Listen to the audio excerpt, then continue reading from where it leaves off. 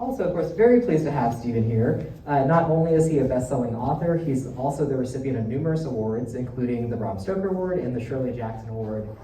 He is also a professor of English at the University of Colorado Boulder. So please join me in welcoming Stephen Graham Jones. Well, hi. Thanks for having me. Yeah, there's a little. Yeah. Thanks for having me. Right. It took a second for. Thanks for having me. Yeah. So tonight, I'd like to talk to you about slashers. So my first question is, of course, do you remember your first slasher? My first experience with a slasher was 1978. I'm living with my grandmother and my granddad way out in the country, way out in the pastures of West Texas. And my grandma lives in a place that you can stand on her porch at night and look and not see another light for as far as you can see. And in West Texas, your eyesight fails before the distance fails. It's so flat, you know? And so, and she had 10 acres out there. And on the corner of the property, my aunt and uncle, who were in high school, were living there. They just got married.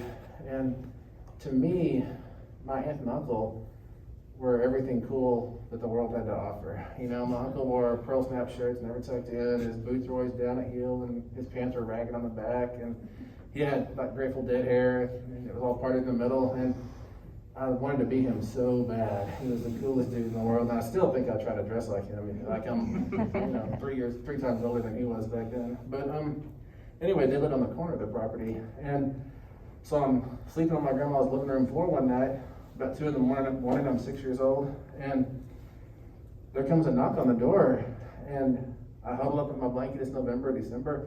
I answer the door, and it's my aunt and uncle, these amazing people. And they're huddled in a single blanket. And I said, "Hey, Stevie, can we come sleep on the floor with you?" And I said, "Yeah, sure, but why?" And they said, "We just went to town and saw Halloween, and we can't sleep in our place anymore." And I distinctly remember stepping to the side and holding that screen door open so they could huddle past, and looking out into the great blackness of West Texas and thinking, what could make these 2 people have to retreat to sleep on the cold floor with me? And I didn't see Michael Myers, but I think I sensed him. Do you remember sort of like how you started to get into slashers and realize like, oh yeah, this is super up my alley? It was 8th grade, actually. I was living down outside Austin, a little town called Wimberley, and Austin, Texas, living in a town called Wimberley. And I got to run in with a group of 8th graders who knew somebody at the video rental spot that if we went to that counter right after school on a Friday, they'd let us take like 6 clamshell slashers. And if we had them back right at opening on Saturday, then somehow we wouldn't get charged. It was some sort of scam, you know? I never knew the intricacies of it. And and another friend, his house was way back in the trees, and he had this old junky garage. It was separate from the house. His dad had put a old ratty couch out there and a little 13-inch TV and wired a VCR into it. And VCRs were still kind of new to all us, you know, how Eddie worked this and everything. And we would just sit there on the couch and scare ourselves silly watching Michael and Jason and Freddy.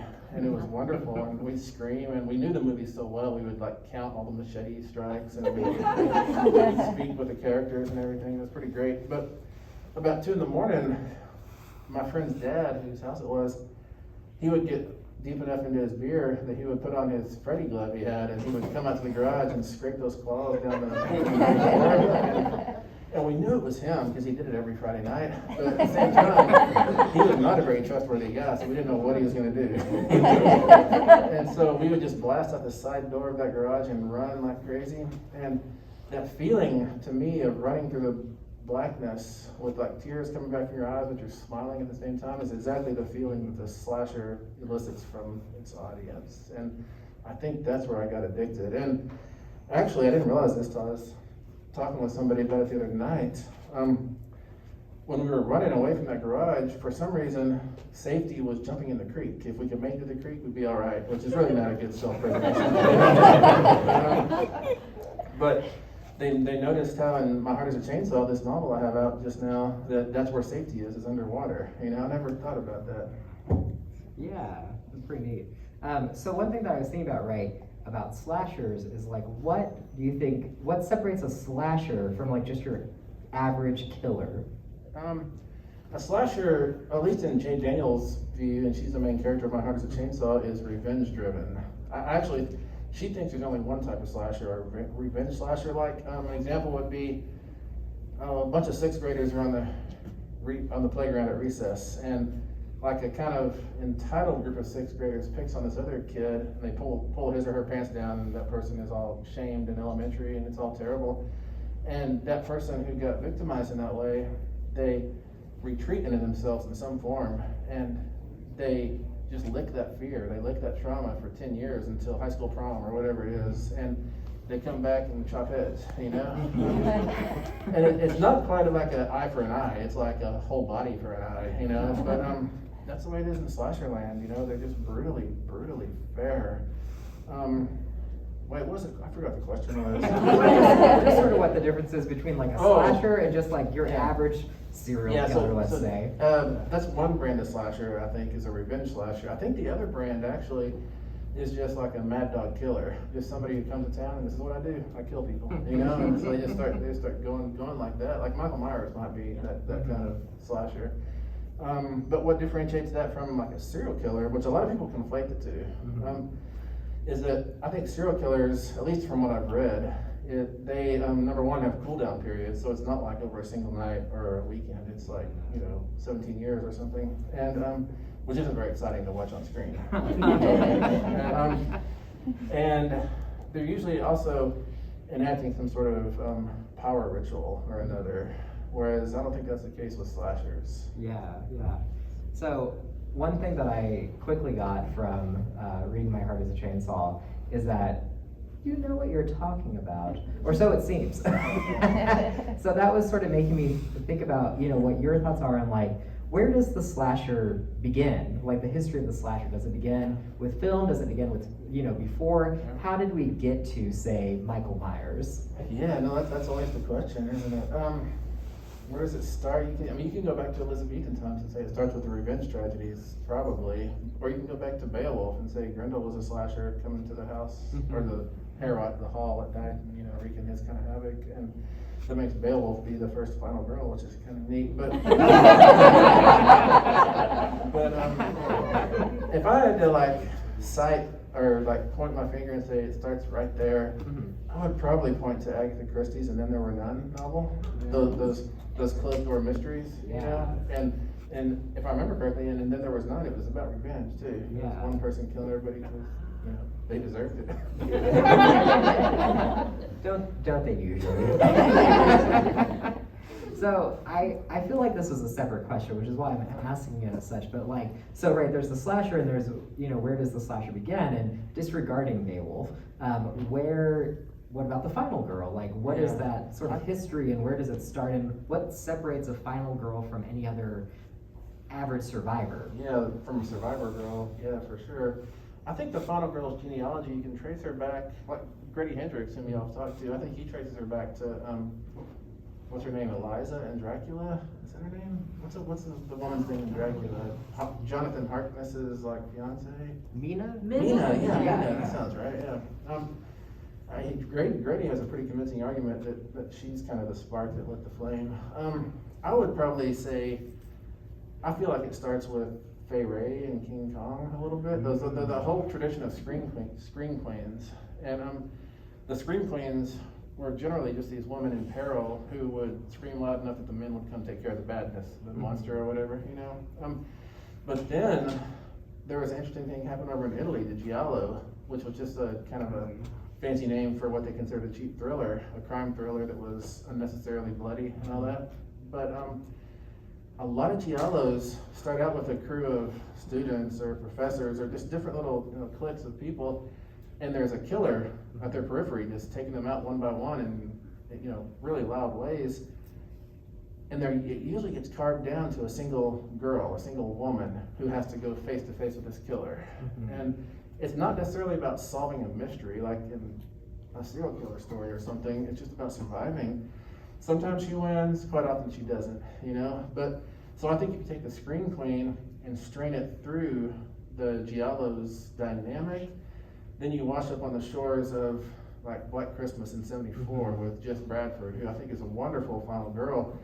But Black Christmas is as good as it is. It didn't codify the slasher. We had to wait 4 more years for John Carpenter and Laurie Strode, the character, to codify the slasher and give us a final girl who is,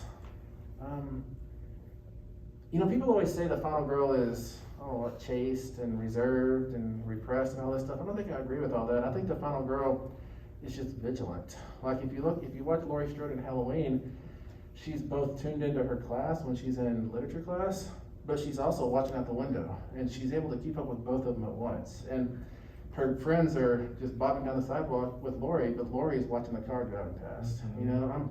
I think final girls are aware of their surroundings in a way that all their friends who are going to die are not. And so people will say that it's because they're doing drugs or drinking or whatever, but I think that the drugs and drinking are just a mechanism to make them less vigilant, finally. And that makes them susceptible to someone like Michael Myers or Jason Voorhees or whoever it is. Yeah, that's very interesting. I hadn't thought about the final girl in that way. And I wanted to say, Black Christmas is really interesting because you don't really see the killer. You kind of catch a glimpse of the killer, but it's just a voice. Yeah, you hear his voice on the phone. Yeah. And also, Black Christmas is interesting as well because Jess Bradford, the somewhat final girl in that one, she doesn't actually go up against Billy, the killer. She goes against someone who Billy shoves out there as if that person is the killer. Which, she's still having a battle of wits with the slasher, but it's not a battle of muscle. Yeah. Do you like Suspiria? I'm probably losing all my horror credit here. I never have loved Suspiria, but I love that it gave us, I feel like Suspiria gave us Casey Becker's death in Scream, the opening of Scream, because, Suspiria leads to the hanging, and that's exactly what Casey Becker happens to her. That's so interesting. I have not connected those two, but I like that connection. Yeah. Well, and that leads me to my next question, which is basically, I've gathered that Scream is one of your favorite movies. It is my favorite. And it is also one of my favorite movies. So I'm curious first to know why you think it's so great. Well, first I should tell you the story of me and Scream, or Scream and I don't know what to say.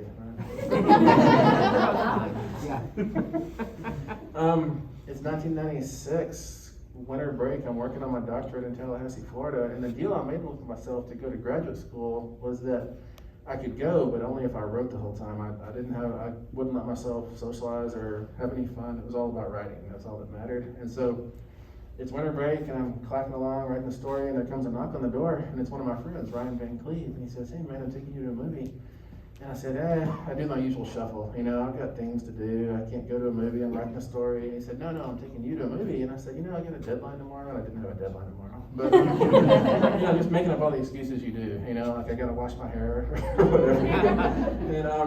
And it finally got easier just to go to this stupid movie with him than argue with him, which is the way it is sometimes. So I went, and it was Scream.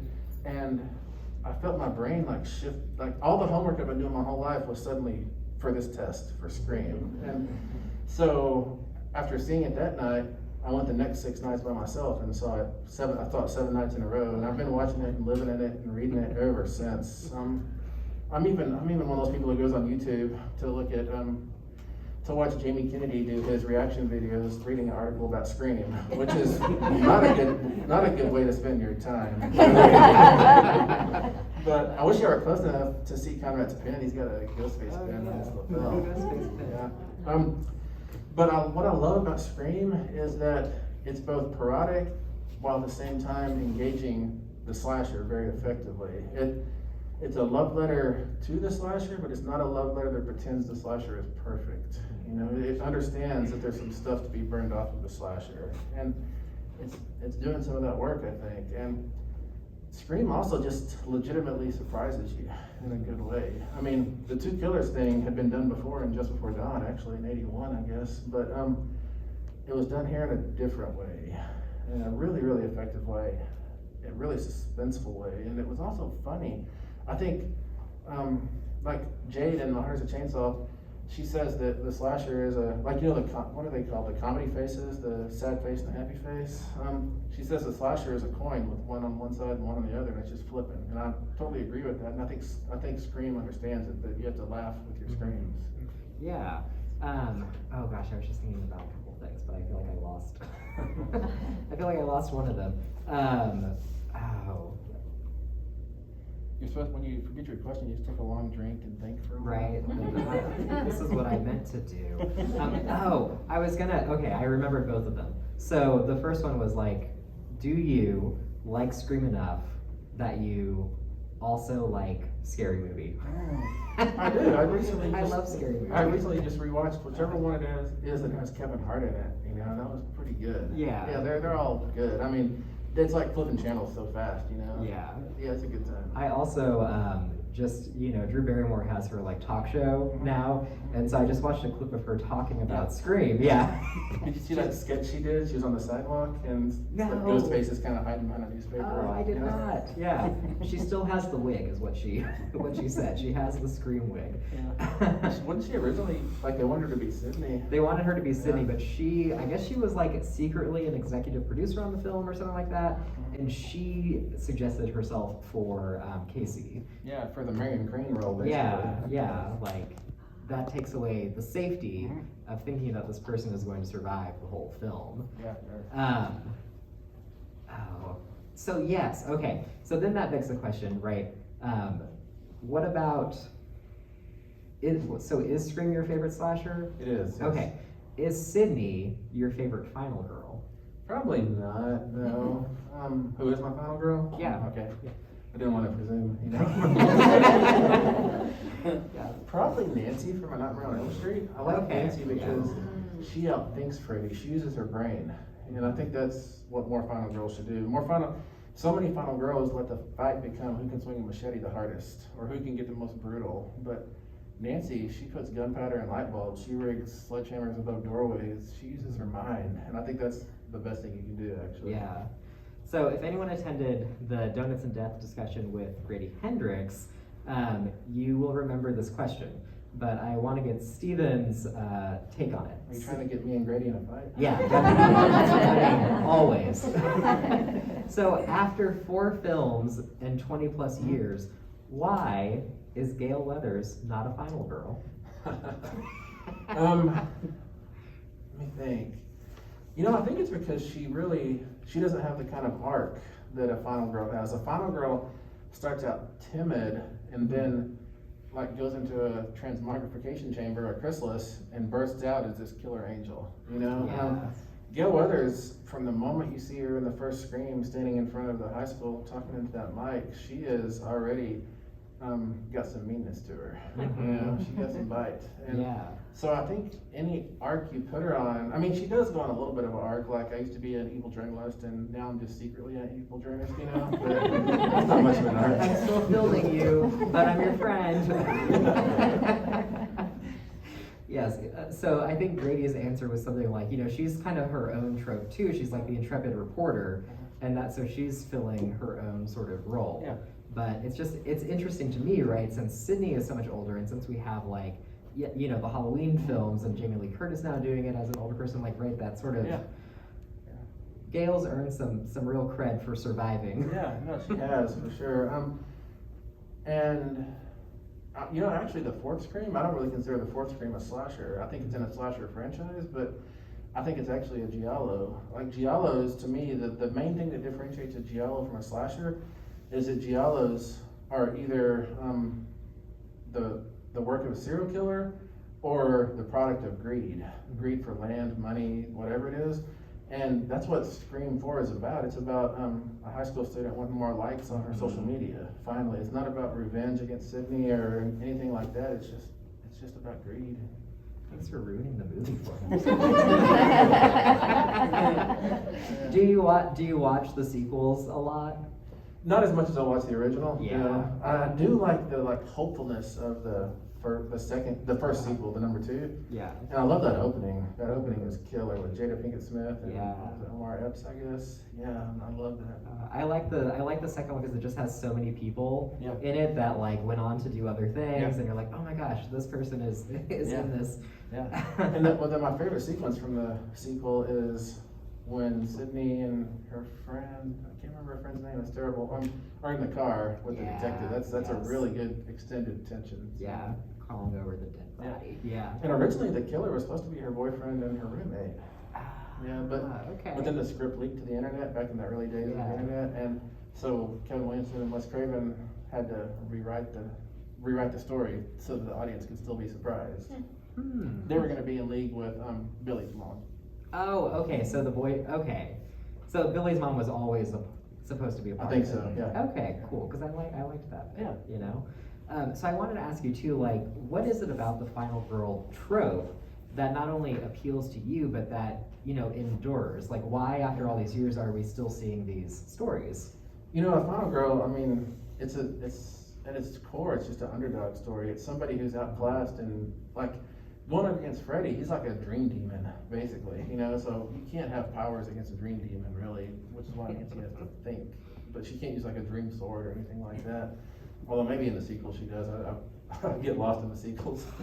They're a good time though. But the final girl to me is a model for how to push back against adversity, or specifically how to stand up against bullies, because that's all Jason and Michael and all them are. They're just bullies, you know, trying to use their big size or presence to make people submit to their will. And yeah, so final girls kind of provide a model for us of how to insist on your own worth, your own life, and I think that's really worthwhile.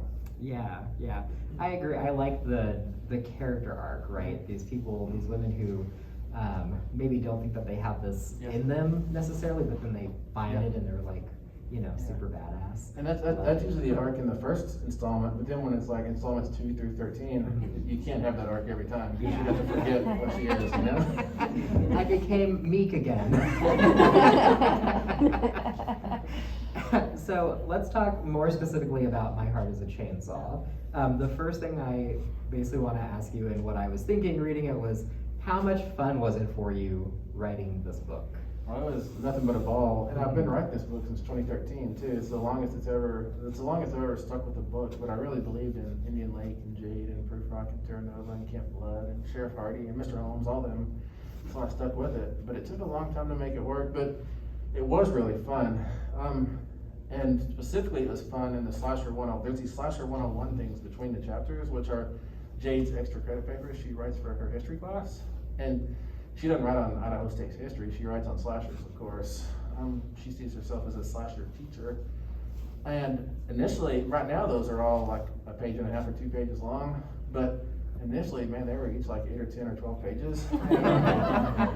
But then my editor said, you know, get off your soapbox, Steve. You know, people are not here for you to talk about slashers. They're here for a story that has slashers woven through it. You know, so I had to dial all of them back and compress it, and that was really painful and hard because I had to cut a whole lot of material.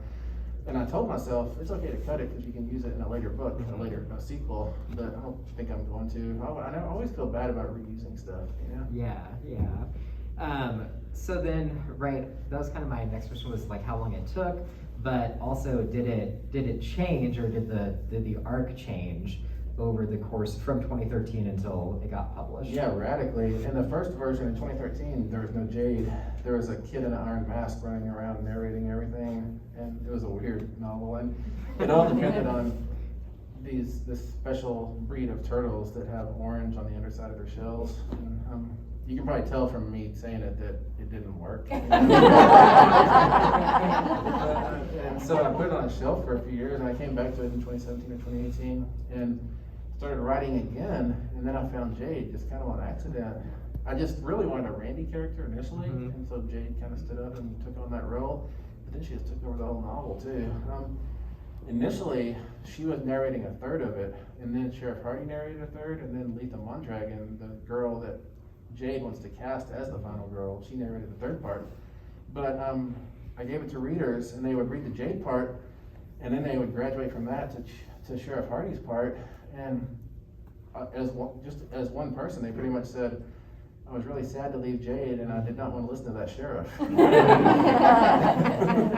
And so I figured, well, if they like Jade, I'll just make it all Jade all the time. And so I did. But the ending that's on it now, which I think works, was not the ending that I sold it as. The ending I sold it as is radically different from what's there now. The ending I sold it as didn't allow the possibility of any kind of sequel or series or anything. But my editor, Joe Monty at Saga, told me, he gave me a list of he said, I'm not gonna tell you what to do at the end of this novel, but I'll tell you what you can't do. And what I couldn't do was everything I was doing. And so, I wallowed and whined and complained, and I didn't do it for 2 or 3 weeks. And finally I thought, I know how I can show him this is stupid. I'll just do it and he'll see it's stupid, And so I did it, and it wasn't stupid. It worked.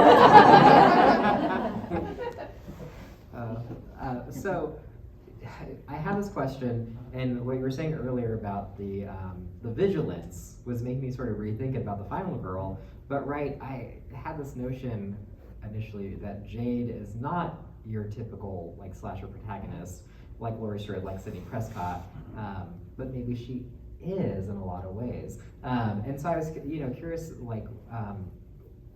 how what sets Jade apart. And how does she sort of fit this role, but also not fit this role? Yeah, well, number one, the final girl is almost exclusively a white cheerleader, not a cheerleader, but a white, really successful girl in high school. Yeah. And Jade she's native, and she is not successful in high school. She's actually kind of a failure in her academics anyways, and her social life is nothing to brag about. She does not see herself as fitting up to the ideal of the final girl. Because over the decades, with all the many, many iterations of final girls, she's become this impossible model. And I'm worried. I still am worried that the final girl has become so perfect and shining and beautiful and amazing that us normal people can't feel like we could be a final girl. And so what I wanted to do with Jade was propose the possibility that a final girl is not about what you get on the inside. A final girl on the outside, a final girl is what you get on the inside. And so Jade has to look inside herself and see if she has that. Yeah. So I feel like with film and everything, people are sort of playing with the trope at least, and sort of doing different things with it. And so it's making me wonder if you think that society is making room for different types of final girls. I feel like we've not really seen, anything but pretty white girls, but...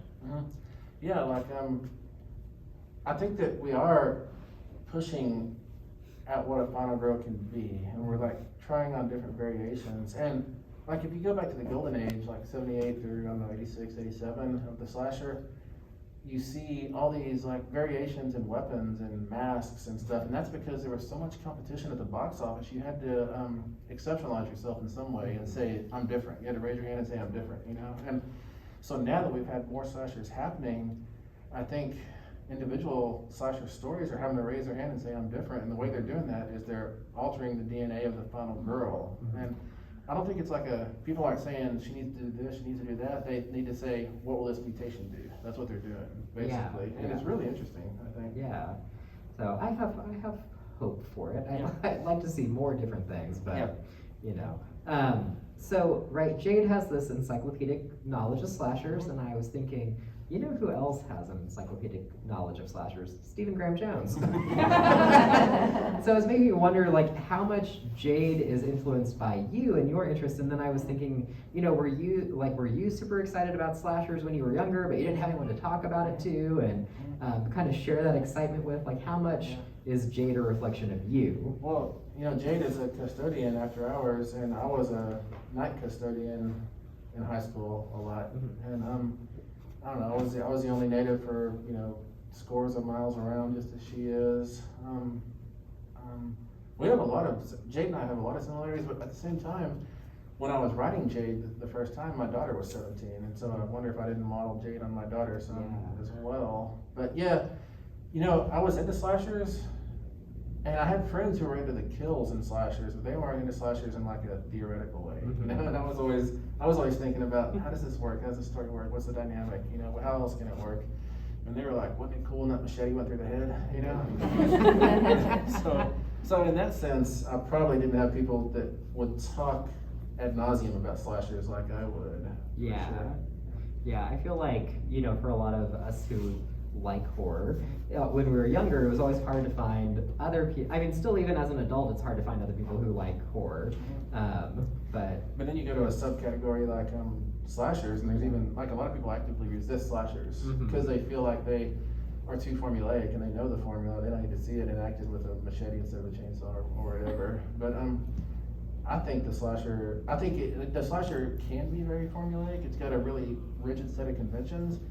But I feel like those kind of, it's like way back when I heard a poet say that they used baffles when they write poetry, and what he meant by that was form, like meter or verse. Like writing a villanelle, you have to really focus on this rhyme or where this line, or a sestina, you have to focus on when does this line repeat, that kind of stuff. Or especially if you're doing like a sonnet, those are intensely difficult, 14 lines. And but he said the way that those baffles work is it occupies a critical portion of your mind so you can do something actually real on the page. And to me, that's how genre works, and that's how the conventions of the slasher work, because while I'm going around the merry-go-round trying to ring this bell and this bell and that bell, then I can sometimes accidentally do something real.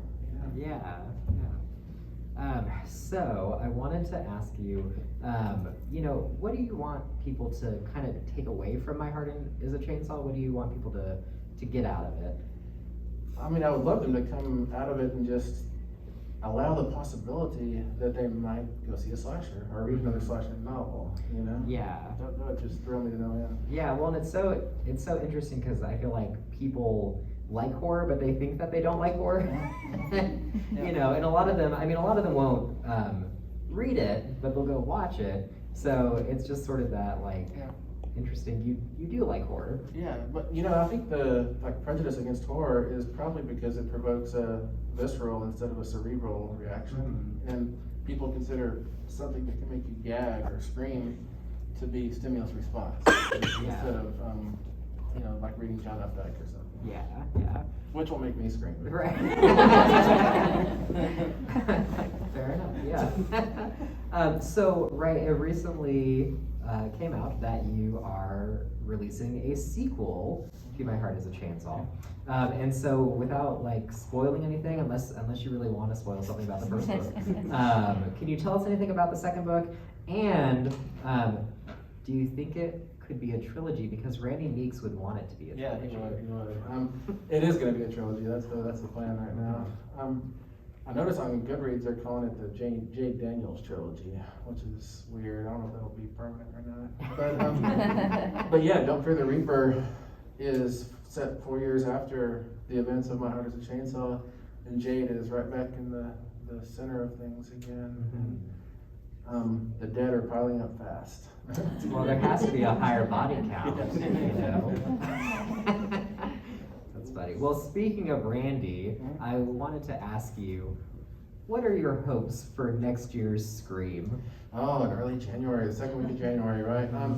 I have a lot of hope because Radiolab, the people doing it, they also did Ready or Not, which was just nothing but a ball. Ready or Not was so much fun, and that's exactly the kind of people who need to be in charge of a Scream distant sequel. Somebody who can make it fun, because it'd be easy to make it grim and dour, and but that's not Scream. Scream is fun, and I think they're going to inject fun into it. Yeah. Do you think our beloved trio is going to continue to survive, or are they all going to die? Yeah, that's a hard call.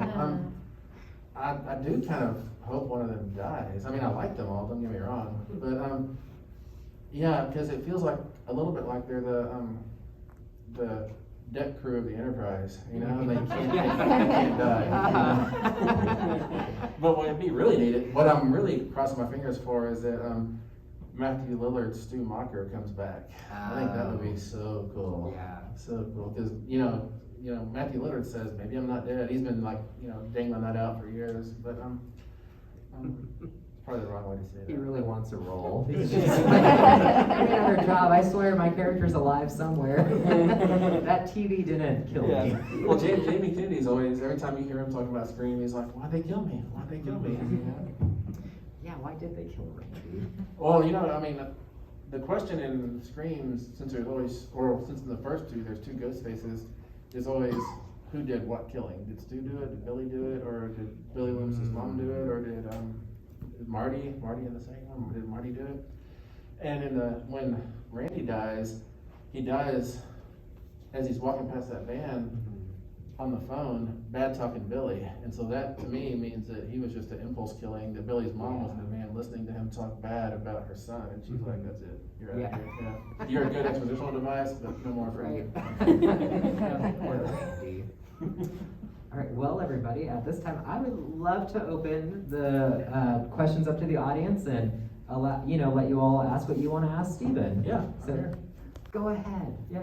Okay, so I've read your last 2 books, and my question is, how do you feel about elk? Because they are definitely a character in each book, and I can't figure out if you love elk or you hate elk. Yeah. Well, surprise, surprise, there's elk in Don't Fear the Reaper too. I really respect elk a whole lot, and I see them as really intelligent, and if they want to be, really dangerous. So, but yeah, they don't always get probably fair representation in my pages. You're right though. I can't seem to get away from elk. I've done elk novels before. The Only Good Indians too, like Leadfeather from 2007 is an elk novel, and I've been out hunting elk since I was 12 years old probably. So I guess they're just always on my mind. I don't really know, but I do know that this year I didn't get my hunting tag, and it's not because my November is pretty full, but it's not because of scheduling. It's because I kind of wonder if my karmic situation has changed. You're fighting back, that'll be another story. Yeah, maybe I should just go fishing or something. You had a question? Did you point at me or? Yeah, I pointed at Okay. you. You kind of talked about your origin story with your love of horror as a genre, but I'm kind of curious where writing came in and why you combined the two and went. Yeah, that's a good question. If y'all didn't hear, where did writing become part of my fascination with horror? Or where did the two meet up? The first story I ever wrote, I was 19 years old, sitting in a hospital room. I wrote a story about it's called The Gift. I say it like it's famous, but I'll just tell you, it's called The Gift, you know? And it's about a girl who wakes up in the ICU unit, because that's where I was being really creative. And she's just survived a really bad car accident, and her boyfriend died, but she doesn't really know he's dead yet. It's all confusing, and he's coming to her window and writing on the frost outside the window. So it's a ghost story and a love story.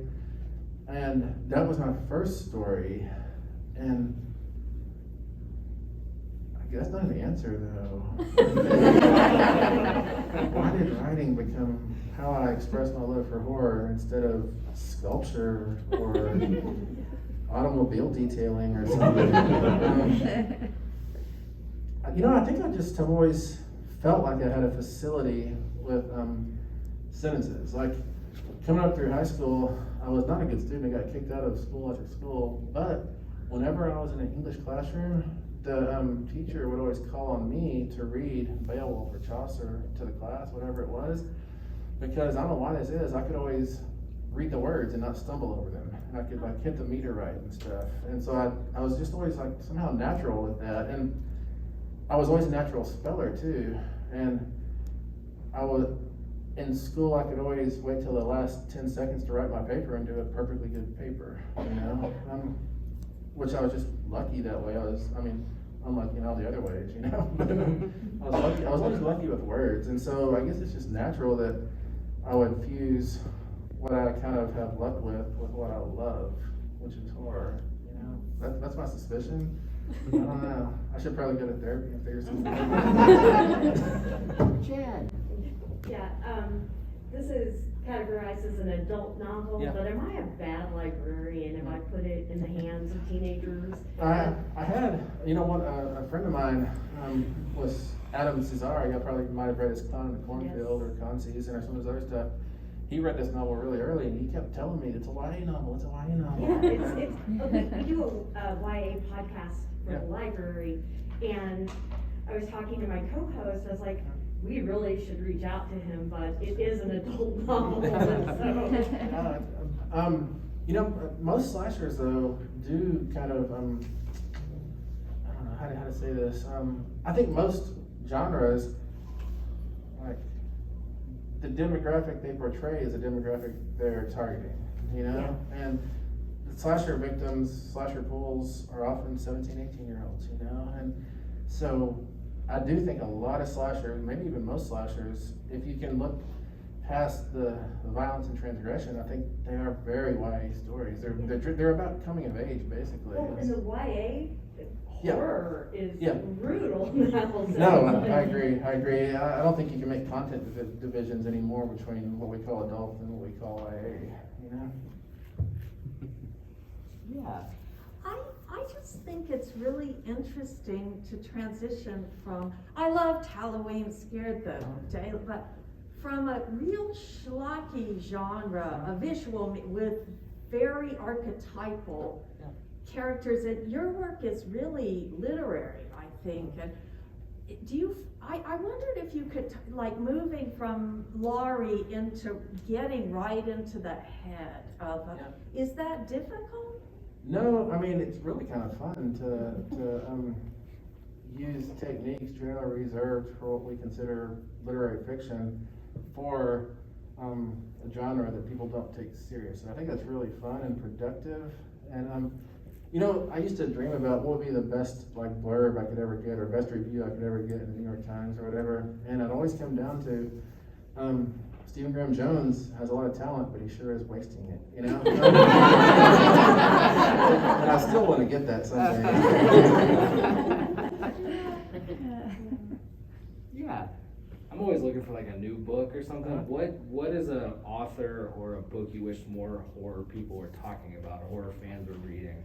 You know, I recently read one called Tastes Like Candy by Ivy Tholen, Tholen, and it may be self-published. I didn't really look at the backside of the title page very well, but it was just really competently done, really exciting and engaging. It's a slasher. It's I don't know, probably 6 or 8 girls who are about to be seniors at high school who have to do a scavenger hunt as initiation at the amusement park after dark, which is a pretty good setting.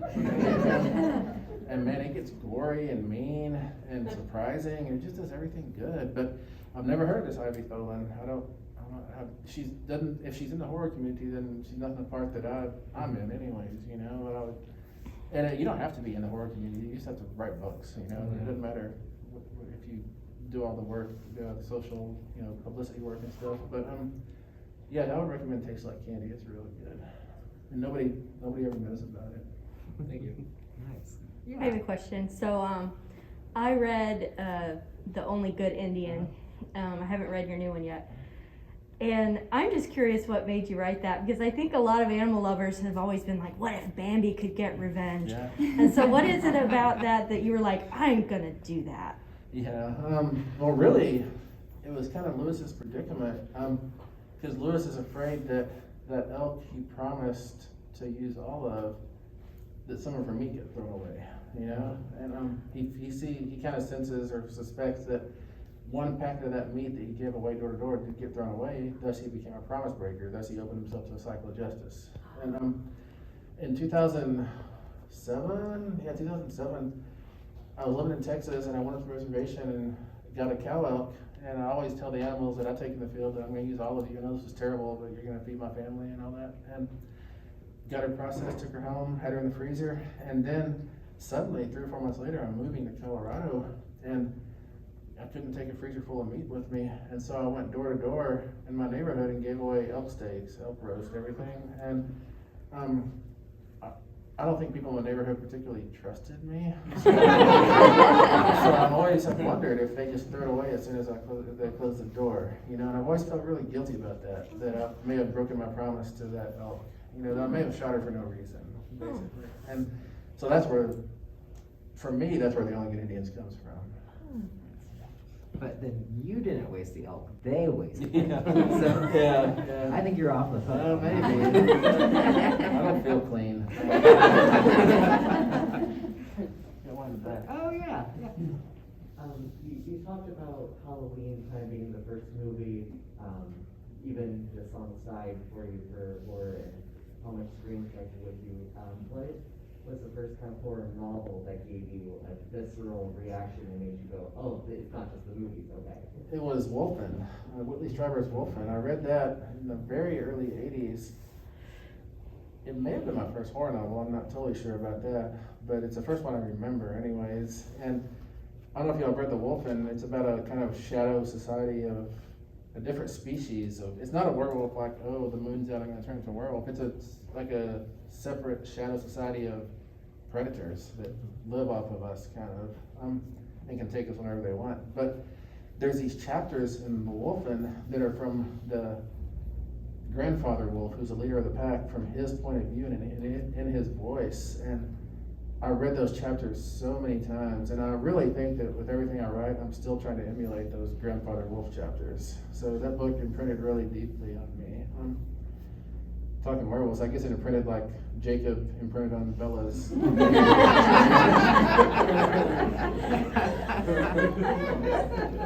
But those Twilight wolves, they're so smart. Like before they transition to a wolf, transform, they take all their clothes off and put it in that little bag and tie the bag to their leg. And so they transform and they run around with these little like duffel bags on their legs so they can have their clothes when they get back.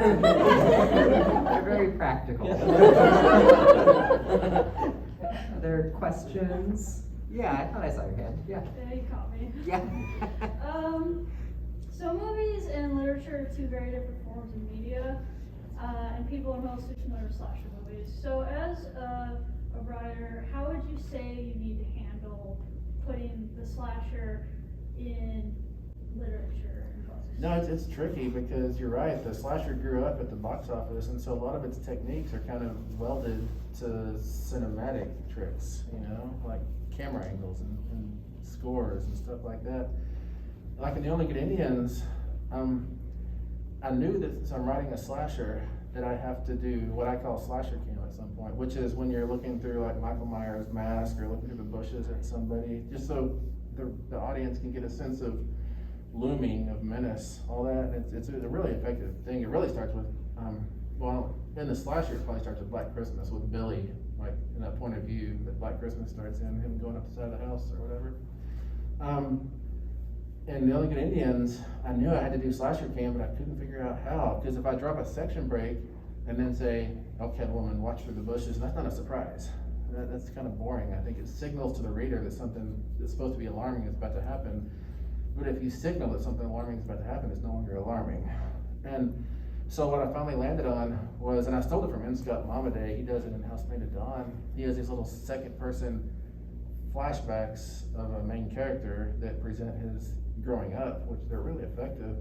I just did that. Instead of dropping a section break, I would, without a section break, just do a different paragraph, or sometimes not even a paragraph, and I would go into what feels like second person, present tense, from the LCAD woman's point of view. I guess I shouldn't spoil it, like if there's an LCAD woman.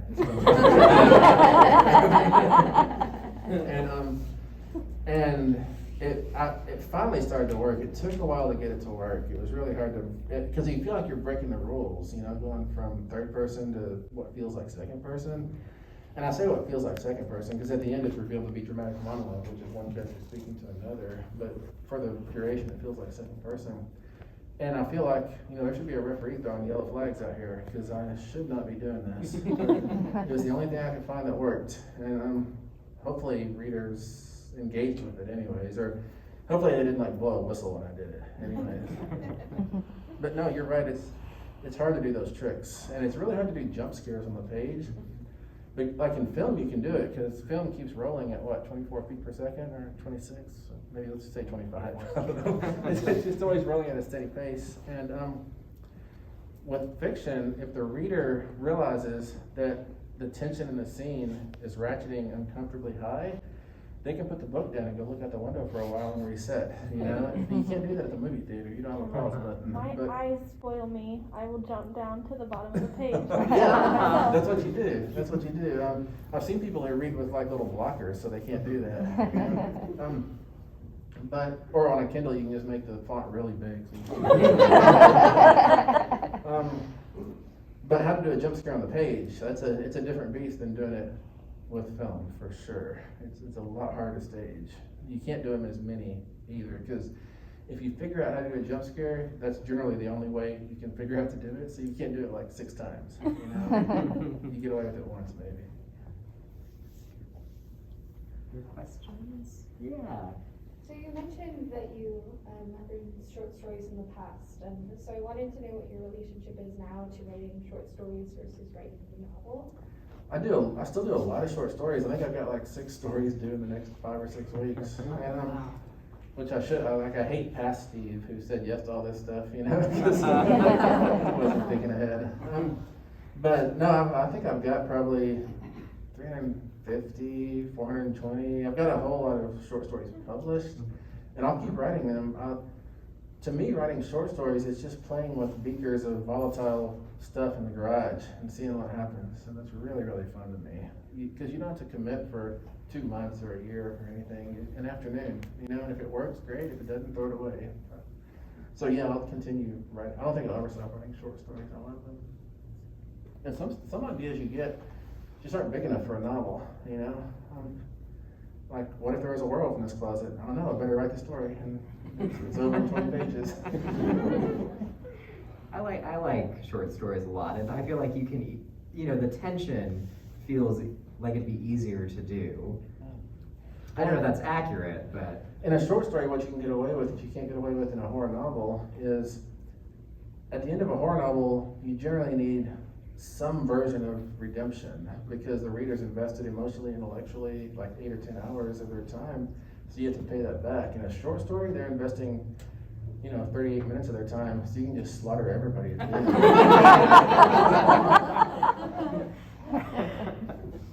Other questions out there? Yeah. Not a question, but when you talked about going to the video store, Yeah. I was the oldest in high school and bringing my 3 brothers, and we went to the 3rd video store that my parents didn't know about to get the same movies. Yeah. Yeah. You know, when I grew up out in West Texas, we had a gas station about 5 miles down from our house that had a wall of videos that we could rent. And some Fridays my mom would drive me there. I was the oldest of my brothers, and she'd say, go in there and get us a couple of movies, which is to say, get you and your brothers a couple of movies to babysit y'all, basically. And so I'd go in and I'd start at the A's, and I'd always, every time I came out with American Anthem and American Ninja, because I'd start, like I said, I'd start at the A's and I'd be like, well, those 2 are good. I never would go to the B's or the C's or anything, because why would you if you found 2 good ones already? Do y'all know American Anthem? It's a gymnastics movie. It's got a lot of flipping in it.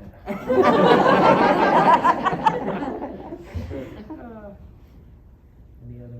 Yeah.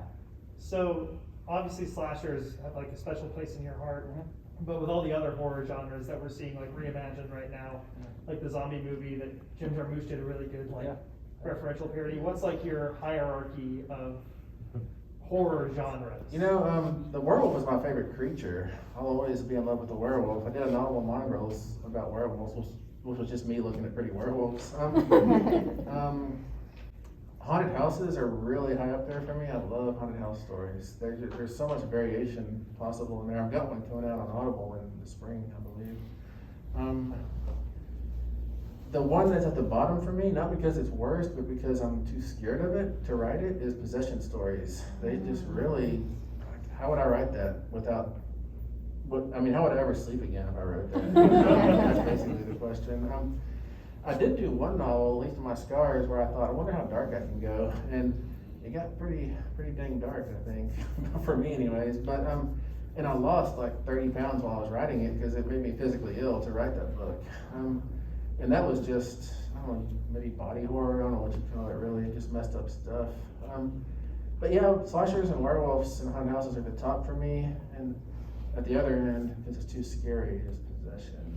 And I like zombie. I've written, 2 zombie novels, I guess. I like zombies a lot. They're really fun. I've never done a vampire novel. I've done a lot of vampire stories. And I've noticed recently that I've got a big list of what my vampires are going to do when I write a vampire novel. So I bet I'm going to cook one up for it too. On the verge. Yeah. Yeah, I say I notice, like I'm not aware when I'm making a list, you know?